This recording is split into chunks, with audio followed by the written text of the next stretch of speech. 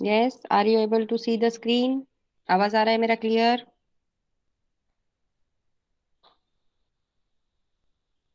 Yes, okay, thank you.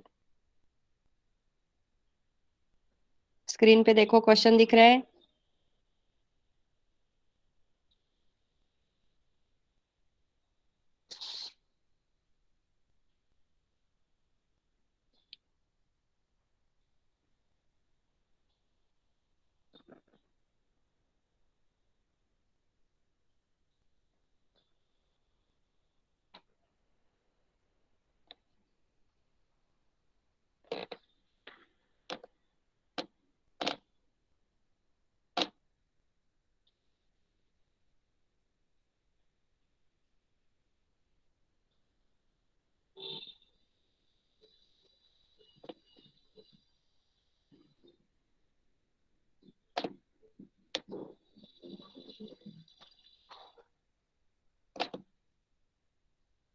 Read करो।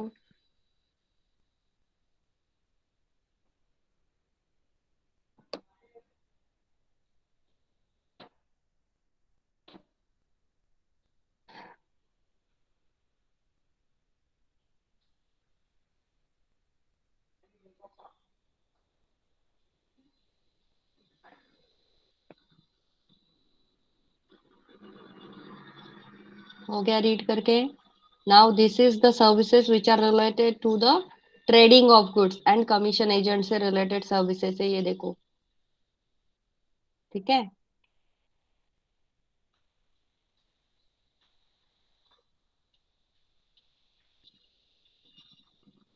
करे start. चलो, फिर टेबल बनाओ जैसे बोला गया था। टेबल कितना कॉलम बोला था टेबल में?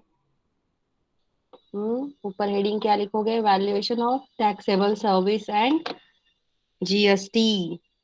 Calculation of valuable, sorry, taxable service and GST.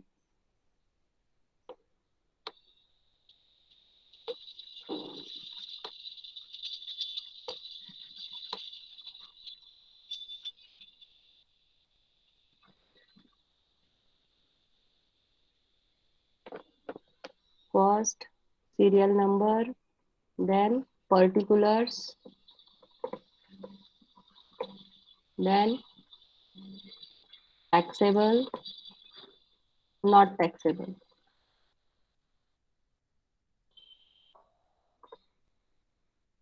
बराबर।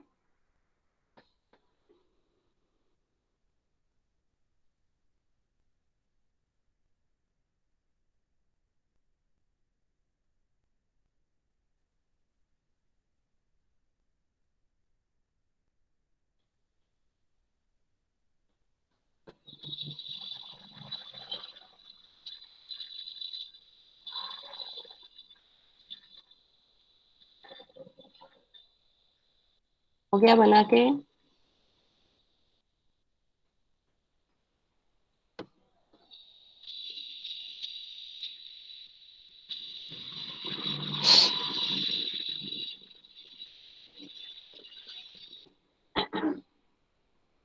स्टेटमेंट हो गया बना के?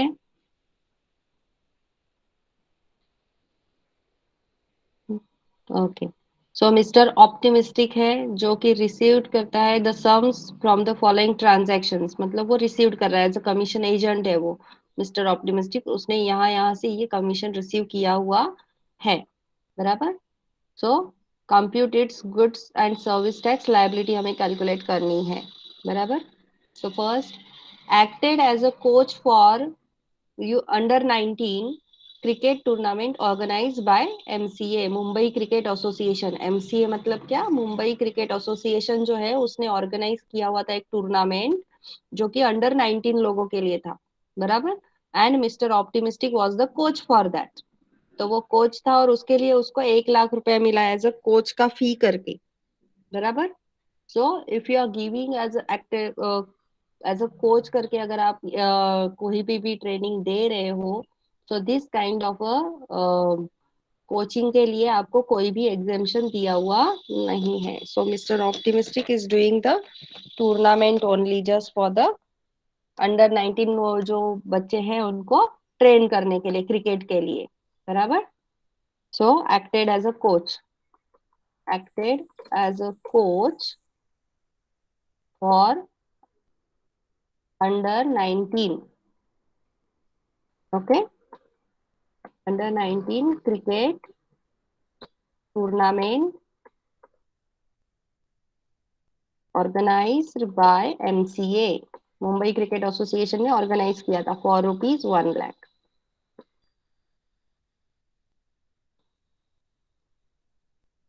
ठीक है, तो टैक्सेबल होगा कि नॉट टैक्सेबल होगा? कोई भी एग्जेम्पशन दिया हुआ नहीं है, तो ये क्या होगा, टैक्सेबल होगा इसके लिए। ठीक है, यहाँ पे नील, गॉट इट। तो अगर आपको दिया जाता है कोई भी पर्सन किसी को ऐसे क्रिकेट के लिए ट्रेनिंग दे रहा है अंडर द स्पेसिफिक पर्पस, जो कि नोटिफिकेशन में दिया हुआ रहेगा, तो ऐसा अगर दिया हुआ है तो ही वो क्या होगा, एग्जेम्प्ट होगा, अदरवाइज नहीं होगा, बराबर। कोच ट्रेनिंग के लिए वो आपको पता चलेगा। मैंने लिस्ट दिया था, आप लोगों ने पढ़ा क्या, 127 आइटम्स का? उसमें कहीं पे भी लिखा हुआ था क्या कि अगर आप कोच करते हो, क्रिकेट के लिए ट्रेनिंग देते हो, तो आपको एग्जेम्पशन मिलेगा, ऐसा कहीं पे लिखा हुआ था क्या?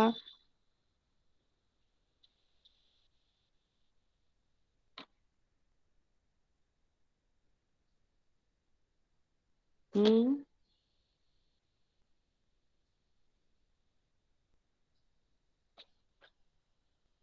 यस और नो, पढ़ा कि नहीं?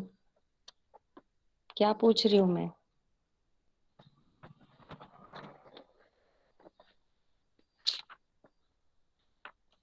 यस और नो?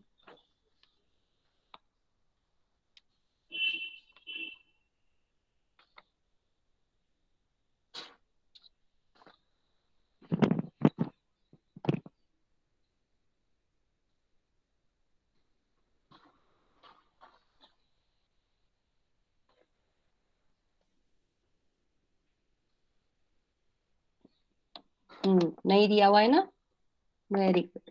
चलो, then next one, that is next दिया हुआ है, commission from acting as a commission agent of consumer goods, okay. तो वो क्या कर रहा था, एज अ कमीशन एजेंट है, एक कंज्यूमर गुड्स का उसका एक्टिंग कर रहा था, मतलब वो एज अ एजेंट करके काम कर रहा था, और उसने कंज्यूमर गुड्स जो है वो बेच के दिए, उसके बदले में उसको ₹2 लाख कमीशन मिला, बराबर, acting as a agent, okay. क्या था, commission from,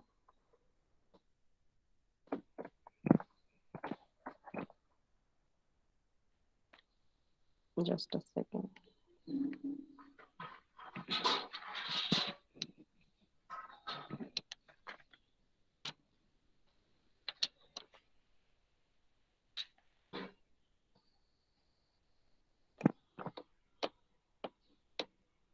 commission from acting as a commission agent, acting as a commission agent ना, for consumer goods, for consumer goods, तो टैक्सेबल होगा क्या नॉट टैक्सेबल होगा, बताओ?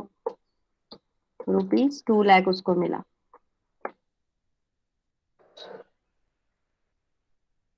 यस, इट इज टैक्सेबल, क्योंकि इसके लिए कोई भी एग्जेम्पशन दिया हुआ नहीं है, इट इज टैक्सेबल, वो अपना कमर्शियल काम कर रहा है ना, कमाने का काम कर रहा है, बराबर। So it is taxable,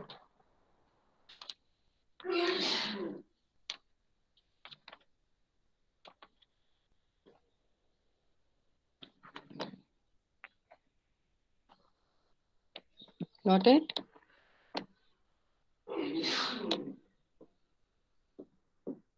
then third one, commission from acting as a cleaning and forwarding agent of ₹3 lakh, clearing and forwarding agent होते हैं ना, जब हम लोग इंपोर्ट एक्सपोर्ट करते हैं, देखो है कि नहीं, लोडिंग अनलोडिंग होता है तो वहां पे डॉक्स पे, तो वहां पे क्लियरिंग और फॉरवर्डिंग एजेंट्स होते हैं, जो आपको आपका माल क्या करते हैं, पास ऑन करके देते हैं, तो उसके बदले में हम उन्हें क्या देते हैं, कमीशन देते हैं, okay. So for that clearing and forward contract also there is no such kind of a exemption is given. So it is taxable. Okay. So commission from acting as a clearing and forwarding agent. समझ में आया? उसके लिए उसको कितना रुपया मिला है? 3 लाख। तो ये भी क्या है? टैक्सेबल है। Yes, it is taxable, 3 lakh.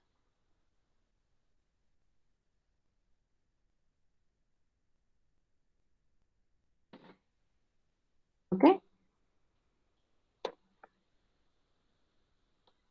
Any up doubt up to this? कुछ भी दिया हुआ नहीं है उनके लिए तो फिर क्या करेंगे? अगर एग्जामेशन दिया नहीं है तो टैक्सेबल ही होगा। अंडरस्टैंड?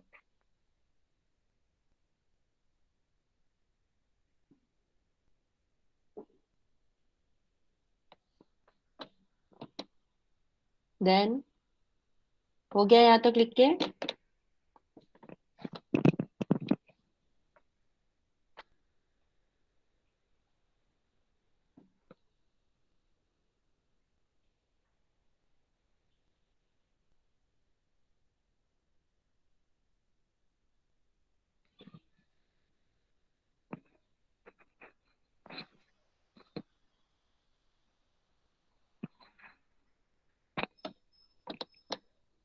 सेकेंड वाला अमाउंट 2 लाख रुपए आएगा ना?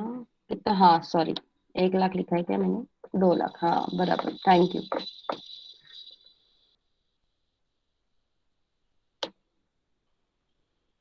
बाकी लोगों ने भी 1 लाख ही लिखा क्या? मैंने 1 लाख लिखा तो कॉपी मत किया करो, बोला है मैंने, देखो, क्योंकि यहाँ पे मैंने 2 लाख लिखा है लेकिन लिखते समय गलती से 1 लाख रुपीज लिख दिया। ऐसा होता है। तुम लोग भी एग्जाम में ऐसे ही करते हो और फिर बाद में बोलते हो इतना कम मार्क्स कैसे मिला। ऐसे ही कम मार्क्स मिलता है फिर। देखो, प्रैक्टिकल एग्जाम्पल मिल गया ना कि कैसे गलती होती है। आपको लगता है कि आपने राइट लिखा है, अभी मुझे भी लग रहा था कब से कि मैंने राइट ही लिखा था, है कि नहीं? ऐसे ही, दैट इज द फैक्ट। तो इसीलिए ध्यान देना है। Then next one, margin earn from trading in derivative. Derivative market, पता है डेरिवेटिव्स मार्केट में उसने क्या किया था? इन्वेस्टमेंट किया था, बराबर। तो वहां से उसको कुछ प्रॉफिट मिला है, मार्जिन मिला हुआ है। Margin, that is the profit earn from trading in derivative market.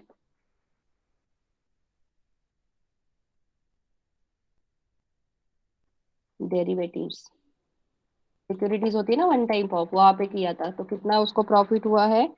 4 lakh का प्रॉफिट हुआ है।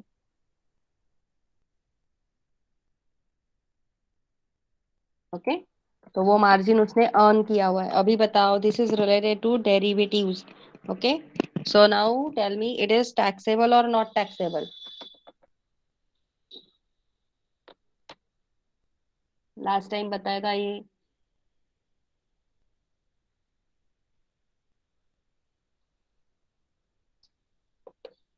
डेरिवेटिव्स क्या होता है बताओ? What is derivatives? Tell me. Hmm. What is derivatives? No one?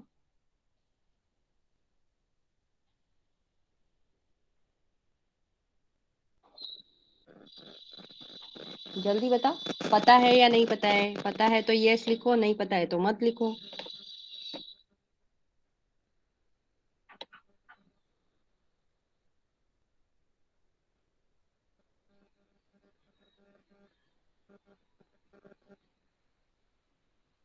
FA में पढ़ाया होगा ना मनोज सर ने? ऑप्शन कॉल वगैरह होता है देखो, स्टॉक में, इन्वेस्टमेंट में, है कि नहीं? बॉन्ड्स, करेंसीज में।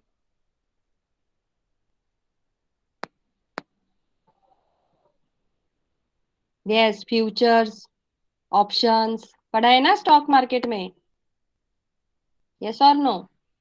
दैट इज ओनली, तो वो क्या होता है? एक तरह का।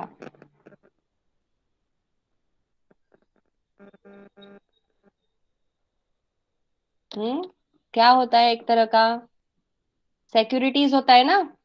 यस और no? These are also one kind of a securities. लेकिन जो डेरिवेटिव्स ये जो होते हैं, which is helping you to mitigate the risk, so these derivatives are considered as a goods, इसको क्या कंसिडर किया गया है, गुड्स कंसिडर किया गया है जीएसटी में, these are considered as a goods, so it is taxable, क्या है ये, टैक्सेबल है, क्योंकि इसको हमने गुड्स ट्रीट किया हुआ है अकॉर्डिंग टू जीएसटी, इसीलिए ये टैक्सेबल है, ध्यान में रखो, derivatives, trading in derivatives, so derivatives are treated as a goods, that's why it is taxable, लिख के ले लो चाहिए तो ब्रैकेट में तुम लोग, reason why it is taxable, because it is treated as a goods under the GST, that's why it is taxable, no exemption is there for derivative.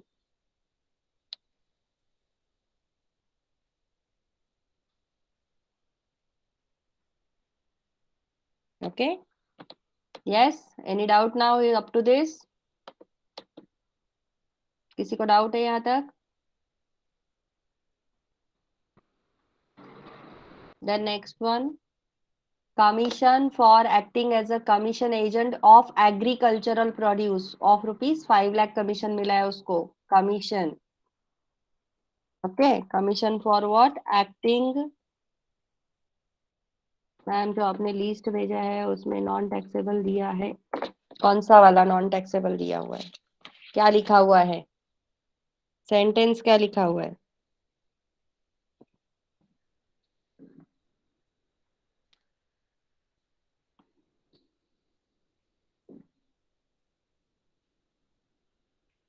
कहाँ पे दिया है, कौन से नंबर का पॉइंट है वो बताओ, फोर्थ वाला, फोर्थ यहाँ पे नहीं, लिस्ट में कौन सा नंबर वाला पॉइंट है वो बताओ, 127 आइटम्स है, उसमें से कौन सा नंबर है उसका डेरिवेटिव का, मुझे नहीं मिल रहे, मुझे नंबर बताओ, 99, just a second I will check, margin earned from trading in derivatives, it is not taxable, okay, now just a second, again I have to check this.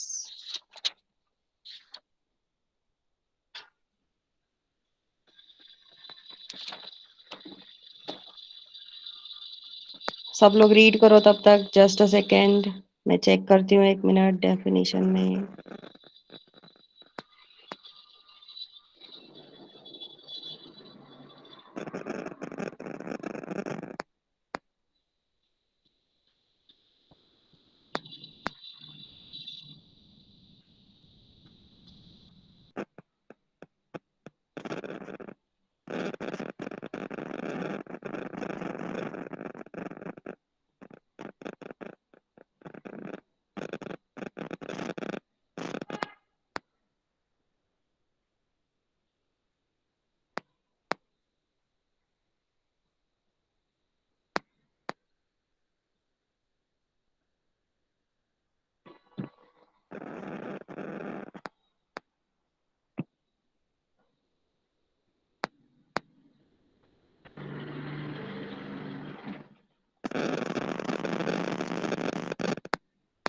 हाँ, तो वहां पे 99 वाला जो आइटम है ना वो रेक्टिफाई करो, वो गलत लिखा हुआ है, इट इज टैक्सेबल, उसको टैक्सेबल करो 99 वाला item, yes, okay, now correct that, got it, वो रॉन्ग है लिस्ट में, नाउ करेक्ट इट, ओके, चलो पता चल गया ना, ओके, इसीलिए बोलती हूँ पढ़ाई करो तो पता चलता है, ठीक है, so that is taxable, correct it, that 99 number जो है वो टैक्सेबल करो,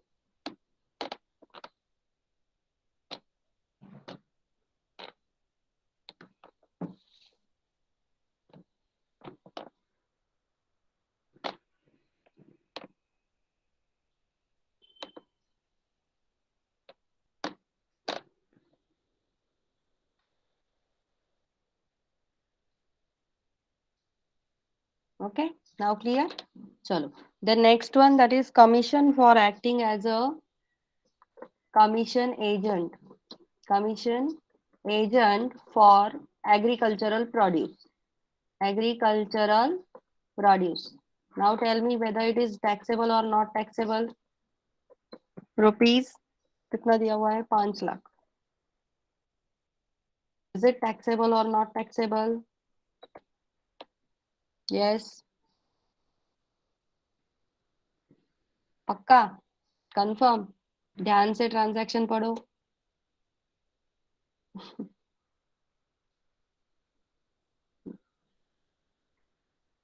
यस, ओके, वेरी गुड। क्यों? क्योंकि ये एग्रीकल्चरल प्रोड्यूस के लिए उसने माल बेच के दिया हुआ है, बराबर। तो for agricultural produce it is take he is collecting the commission, so it is not taxable. Very good. समझ में आया ना? एग्रीकल्चरल प्रोड्यूस का लास्ट टाइम बताया था, याद रहेगा अभी। Okay,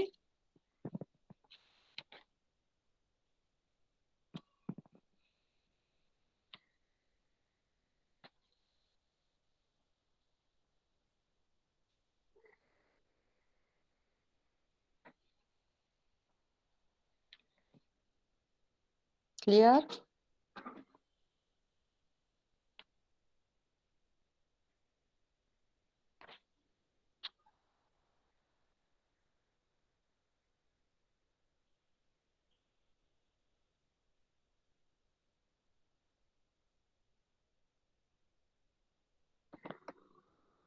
got it?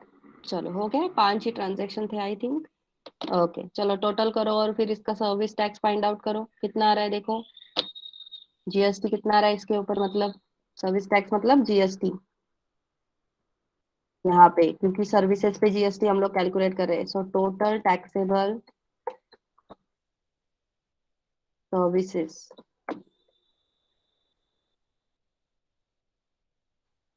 कितना अमाउंट आ रहा है, बताओ।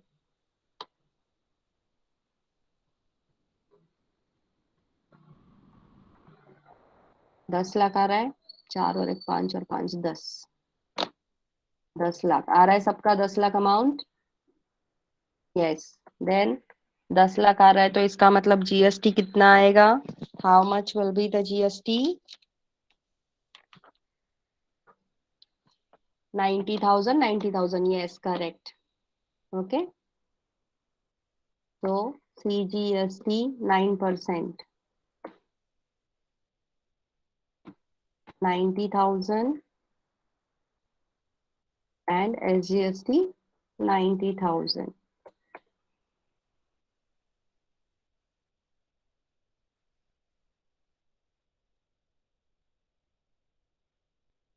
9%, इस तरह से। ओके, तो टोटल टैक्स और जीएसटी लाइबिलिटी उसके ऊपर अराइज हो रही है कितनी? 1,80,000, इस तरह से। Okay, got it? I hope all of you understand. Any doubt?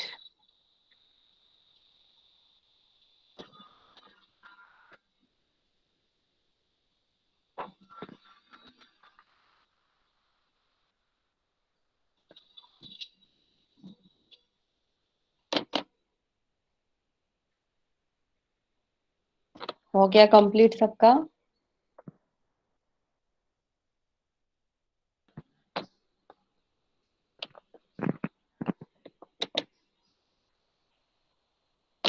Yes, second, ये हो गया, ये भी हो गया।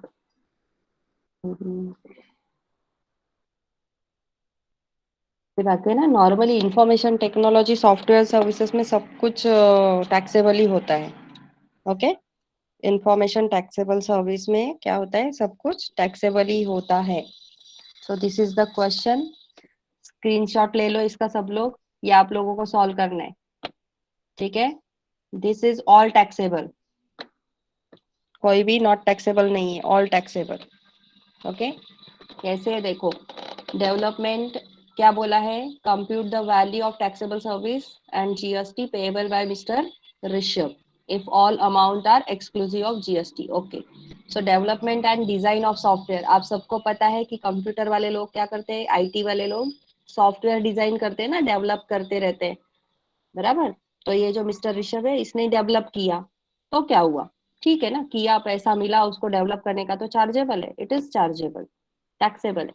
Then sale of pre packaged software which is put on electronic storage media, आप जो घर पे लेके आते हो ना, मतलब कोई भी सॉफ्टवेयर आप परचेस करते हो तो आपके इलेक्ट्रॉनिक डिवाइस पे आप उसको क्या करते हो, इंस्टॉल करवाते हो। तो बराबर है ना, वो बिफोर प्री पैकेज होता है। बराबर, बिफोर प्री पैकेज वाला भी अगर आप सर्विस देते हो, सॉफ्टवेयर किसी और को देते हो to put it on a electronic storage media, बराबर, तो वो मिस्टर ऋषभ ने क्या किया है, उसको किसी को दिया हुआ है, तो उसके बदले में उसने 2 लाख रुपया लिया हुआ है। Sale of pre package software it is also treated as a goods under GST. इसको गुड्स ट्रीट किया जाएगा, इसीलिए ये टैक्सेबल है। ओके, प्री पैकेज, पैकेज करने के पहले, है ना, प्री पैकेज होता है। तो वो बनाते हैं, तो बनाने के टाइम पे वो पैकेज करने के पहले ही उसको क्या कर दिया है, उसने सेल कर दिया है। बराबर, तो एज अ गुड्स करके उसको ट्रीट करेंगे और उसको टैक्सेबल करेंगे। Got it? Understand? Then next one, that is the licence to use the software given to different clients. आप लोगों ने देखा होगा बहुत सारे, अभी तुम लोग कंप्यूटर पढ़ रहे हो वगैरह, या कंप्यूटर में जब थेरोटिकल कंप्यूटर था तभी आपको बताया गया रहेगा, है ना, कि कंप्यूटर में कुछ चीजें ऐसी होती है जो डालने के लिए आपको लाइसेंस लगता है। इवन आप जो एमएस ऑफिस यूज करते हो वर्जन, ठीक है, तो वो भी आपको क्या होता है, लाइसेंस कॉपी लेना चाहिए। एक्चुअली हम लोग लेते नहीं है क्योंकि वो बहुत महंगा होता है, हम लोग ऐसे ही काम चलाते हैं। जो लोग आपको कंप्यूटर और लैपटॉप बेच के देते हैं ना, वो लोग डलवा के देते हैं अपने लाइसेंस कॉपी से। बराबर, अंडरस्टैंड, लेकिन उसके लिए लाइसेंस होता है। तो use that software, there should be a licence. और वो लाइसेंस मिस्टर ऋषभ ने क्या किया, डिफरेंट डिफरेंट क्लाइंट्स को दिया, और उसके बदले में क्या किया, उसके बदले में पैसा लिया। बराबर, तो फिर ये भी क्या है, चार्जेबल है। This is also chargeable. Then upgradation of software, हम लोग क्या करते हैं, हमेशा हमारा जो भी सॉफ्टवेयर रहता है पुराना हो जाता है, तो हम लोग क्या करते हैं, उसको अपग्रेड करवाते हैं ना, नया नया वर्जन आता है। देखो जैसे कि टैली का सॉफ्टवेयर है, टैली का सॉफ्टवेयर देखो 4.5 से चालू हुआ था, या उससे भी पहले चालू हुआ रहेगा। 4.5 आया, फिर 5.4 आया, फिर 6.3 आया, है कि नहीं, फिर 7.2 आया। Got it?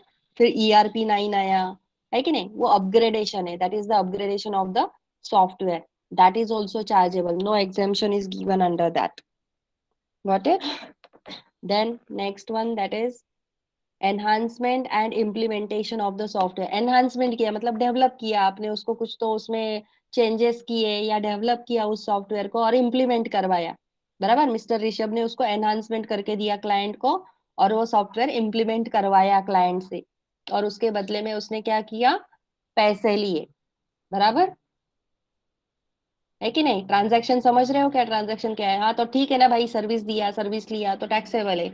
इसके लिए कोई भी आपको ये दिया हुआ नहीं है इंफॉर्मेशन, ठीक है, कि एग्जेम्प्ट करके, इसीलिए ये भी टैक्सेबल है। Then programming of software, software को देखो प्रोग्रामिंग किया जाता है। जावा प्रोग्रामिंग लैंग्वेजेस आपको पता है, C++, जावा, है कि नहीं, ये सब क्या है, लैंग्वेजेस है। तो वो प्रोग्रामिंग करके देते हैं लैंग्वेजेस के थ्रू, और वो लैंग्वेजेस के थ्रू प्रोग्रामिंग करके वो सॉफ्टवेयर बनाया गया है।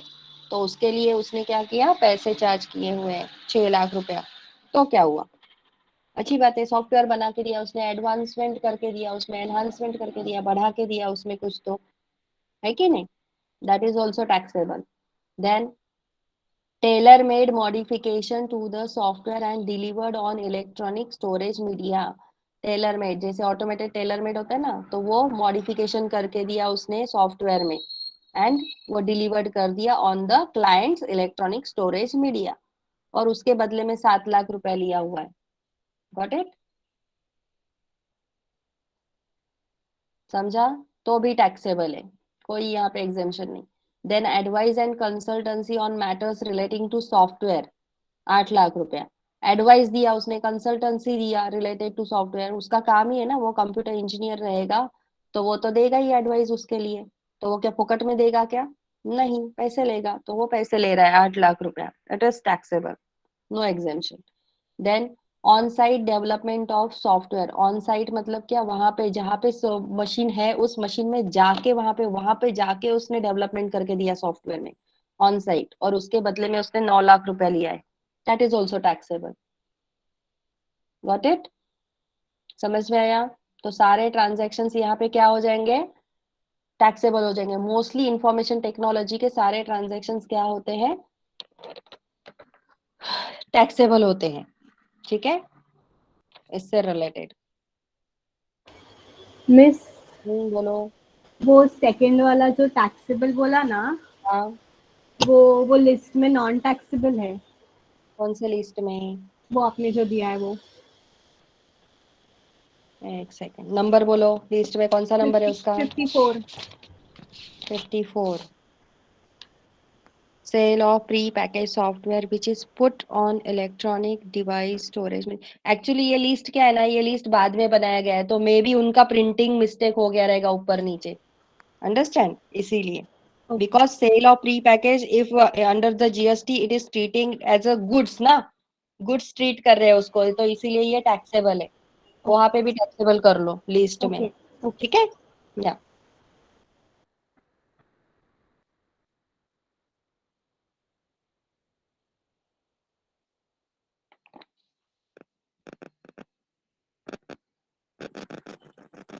Okay, any other doubt?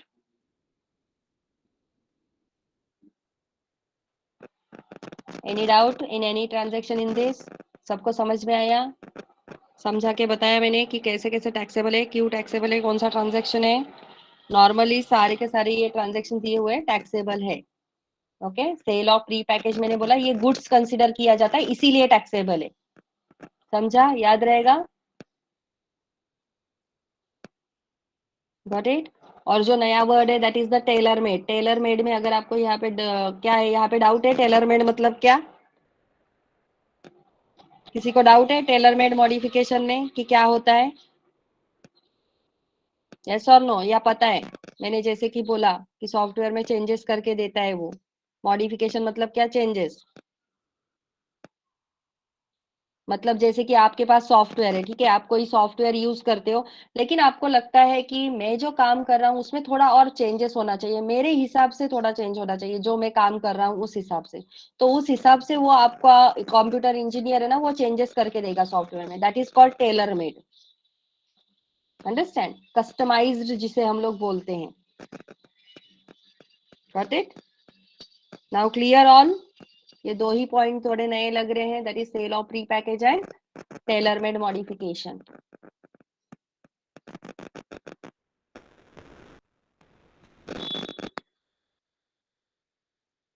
Got it? Now any doubt? Yes और no?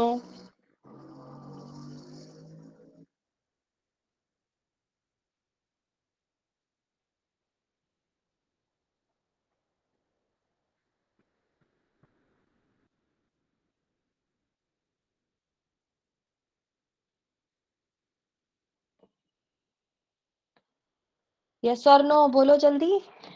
No one is replying. Are you listening और not? Only 1 2 students are giving the reply, but now no ना। Clear? तो ये क्वेश्चन कंप्लीट करना है और assignment पे आपको अटैच करना है। मैं असाइन एक ऑलरेडी डाला हुआ है, ठीक है।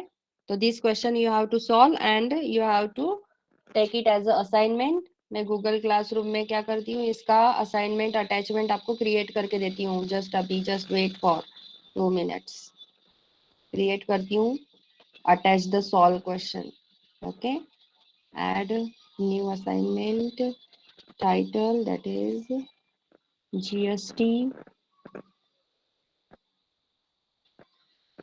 On services.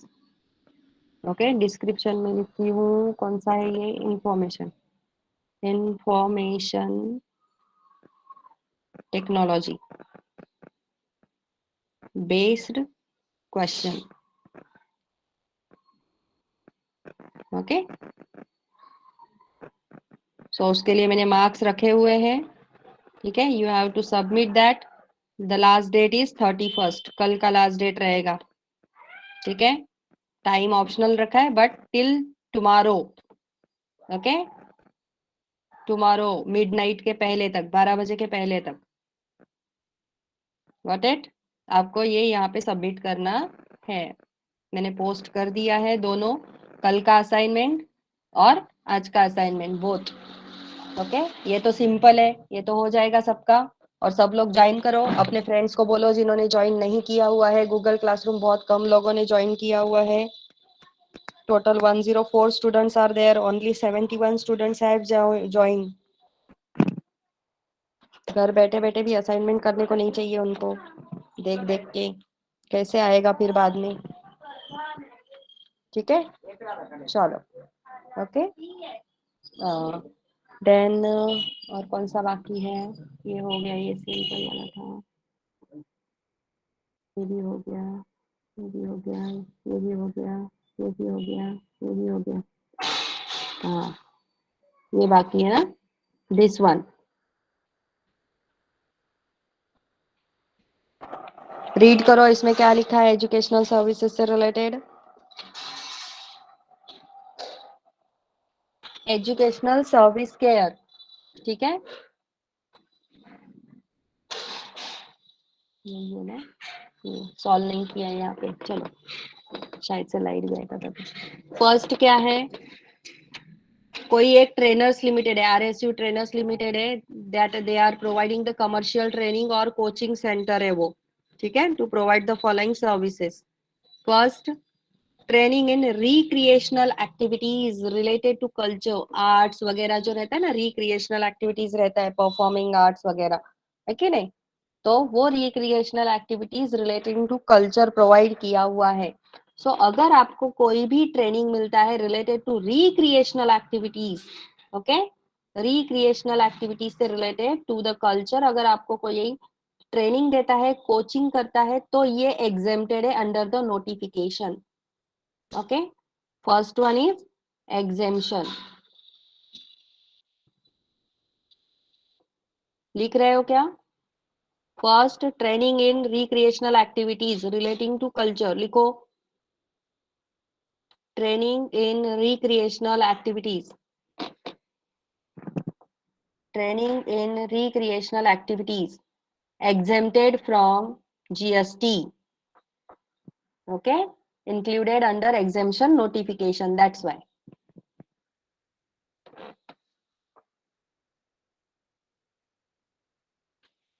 Okay, हो गया लिख के। Then second one, receipts from running a training center, training centre for what, bracket में दिया हुआ है, देखो क्लियरली लिख के दिया हुआ है, that is for the hobby.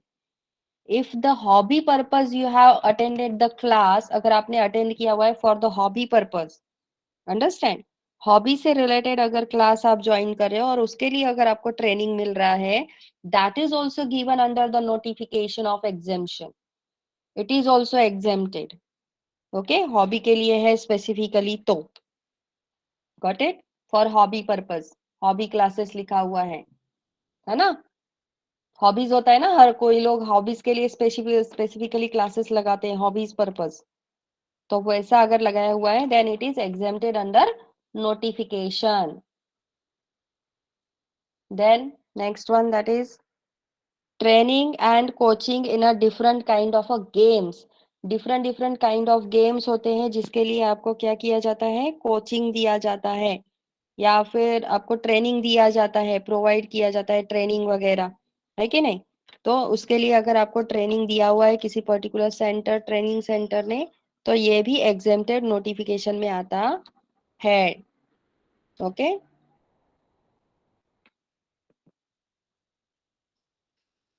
Understand, it is also comes under the notification. पहले तीनों ट्रांजैक्शन नोटिफिकेशन में आते हैं, एग्जेम्पशन नोटिफिकेशन में आता है।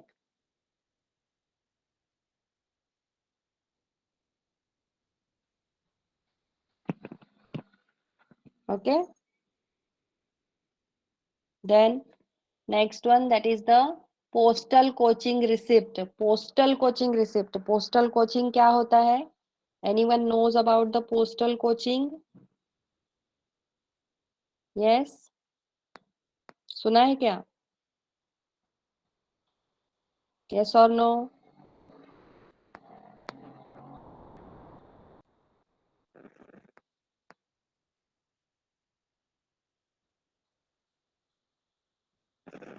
बताओ।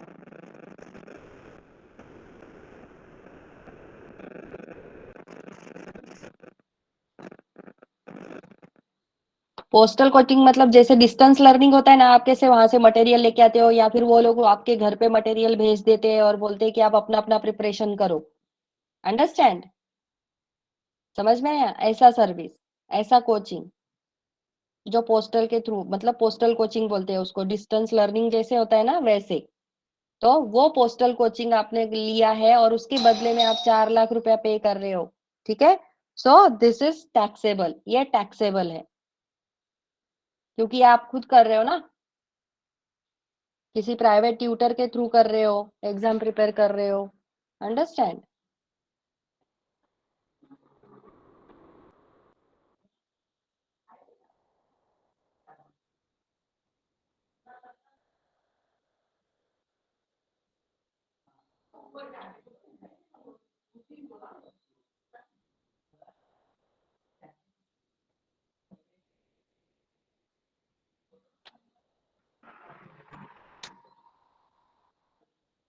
यस, लिखा पोस्टल कोचिंग, समझ में आया? तो ये टैक्सेबल है, fourth number point is taxable. Then services by way of providing mid day meals. Mid day meals होता है, देखो कुछ कुछ एजुकेशनल सेंटर्स आजकल आपको पता है ना, गवर्नमेंट की तरफ से वो जो ये है वो प्रोवाइड किया जाता है, खिचड़ी वगैरह देते हैं देखो बच्चों को इस तरह से, है कि नहीं? Mid day meals free of cost provide किया जाता है। Got it? तो उसी तरह से ये मिड डे मील प्रोवाइड किया जाता है, लेकिन यहाँ पे ये जो ट्रेनर लिमिटेड है ये सर्विसेज प्रोवाइड कर रहे हैं और उसके लिए उनको कितना रुपया मिल रहा है? 5 लाख रुपीज मिल रहा है, बराबर, मिड डे मील के लिए। Then obviously it is a exempted under notification.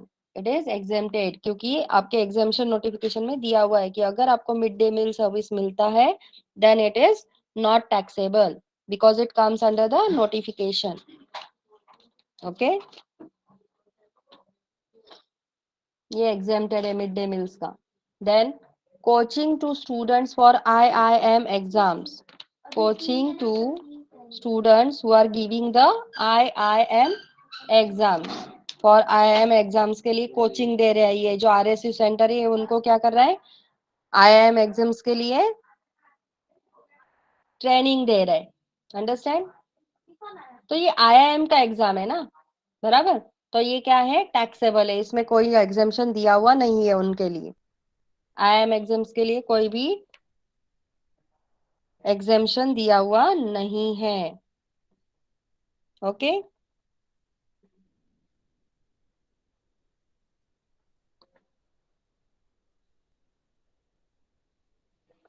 Then placement services. Placement services, placement पता है, आप लोग ग्रेजुएट हो जाते हो तो कुछ कुछ लोग होते हैं जो आपको प्लेसमेंट सर्विस प्रोवाइड करते हैं, है कि नहीं? It is taxable service, normally it is taxable service, no exemptions are given for the placement services. It is taxable, 7 lakh रुपया भी टैक्सेबल है placement services.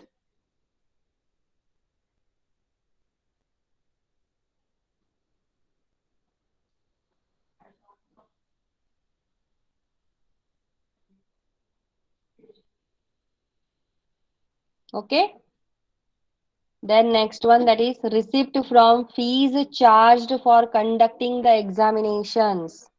Receipt from fees charged for conducting examinations, examination conduct करने के लिए जो charges लिए हुए हैं that is of ₹3 lakh.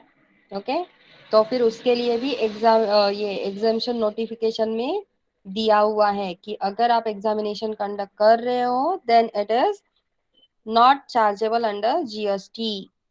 Okay, it is not taxable, it is exempted.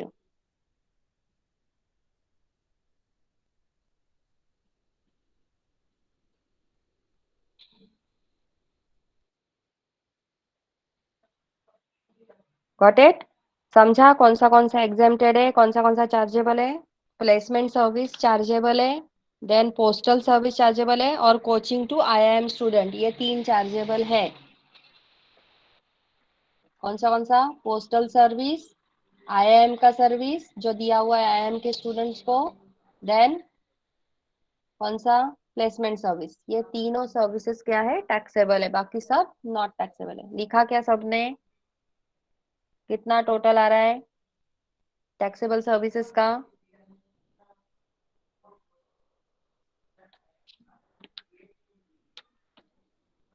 19 lakh, बराबर, वेरी गुड। ओके, तो ये ध्यान रखना है सारी चीजें। वो 27 आइटम्स जो दिए हुए हैं, 127 आइटम्स, वो सारे आपको पढ़ने हैं, ठीक है। इतने सारे क्वेश्चंस मैंने आपसे सॉल्व करवा के लिए हैं, और बाकी अगर आपने बुक लिया हुआ है, बुक में से आप देख के सॉल्व कर सकते हो। 127 आइटम्स दिए हुए हैं उसमें से। Sorry. Okay, so I hope all of you understand. कोई भी डाउट रहेगा तो you can ask me.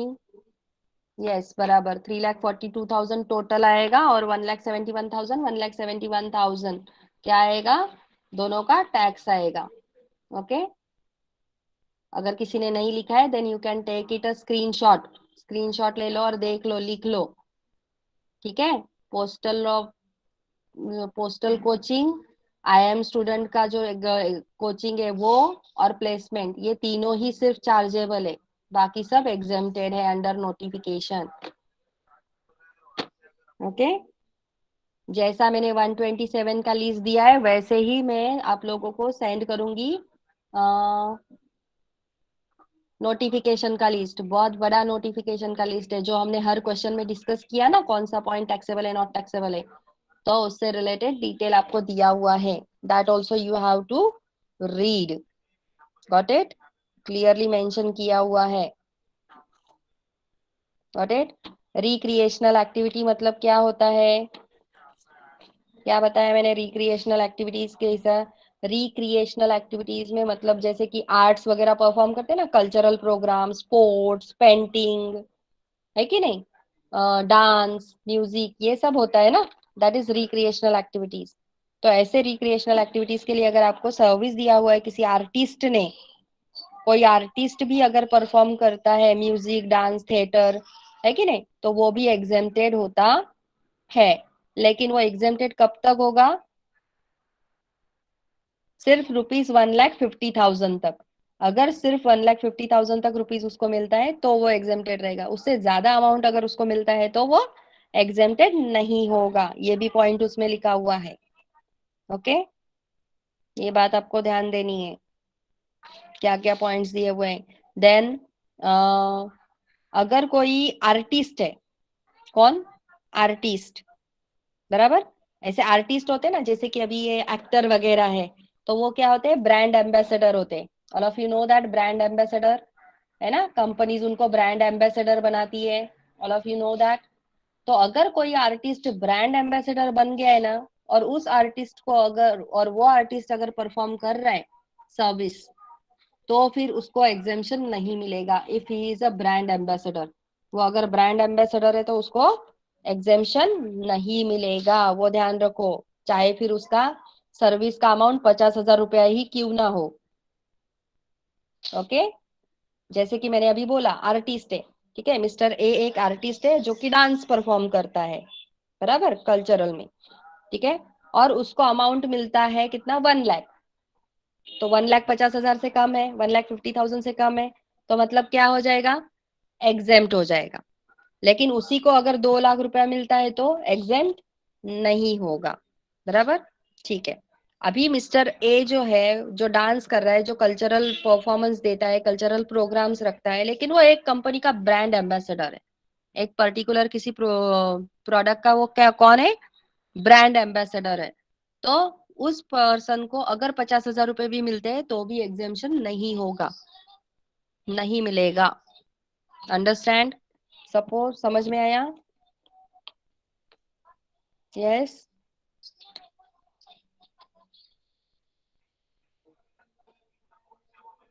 Got it. अभी फिलहाल इतनी सारी सर्विसेज पढ़ो, बाकी अगर कोई सर्विसेज आपको नहीं समझ में आती है then you can ask me, जो मैं एग्जामिनेशन नोटिफिकेशन दूंगी बाद में, ठीक है, उसमें 81 सर्विसेज आपको दी हुई है, ठीक है। मैंने कुछ टिक मार्क की हुई है, जो टिक मार्क की हुई है वही इंपॉर्टेंट है, ज्यादा करके वही पूछा जाता है, ठीक है। तो वो आपको रीड करना है और लिख के लेना है next time. Okay, so for the day we will stop here. And we will meet in the next lecture.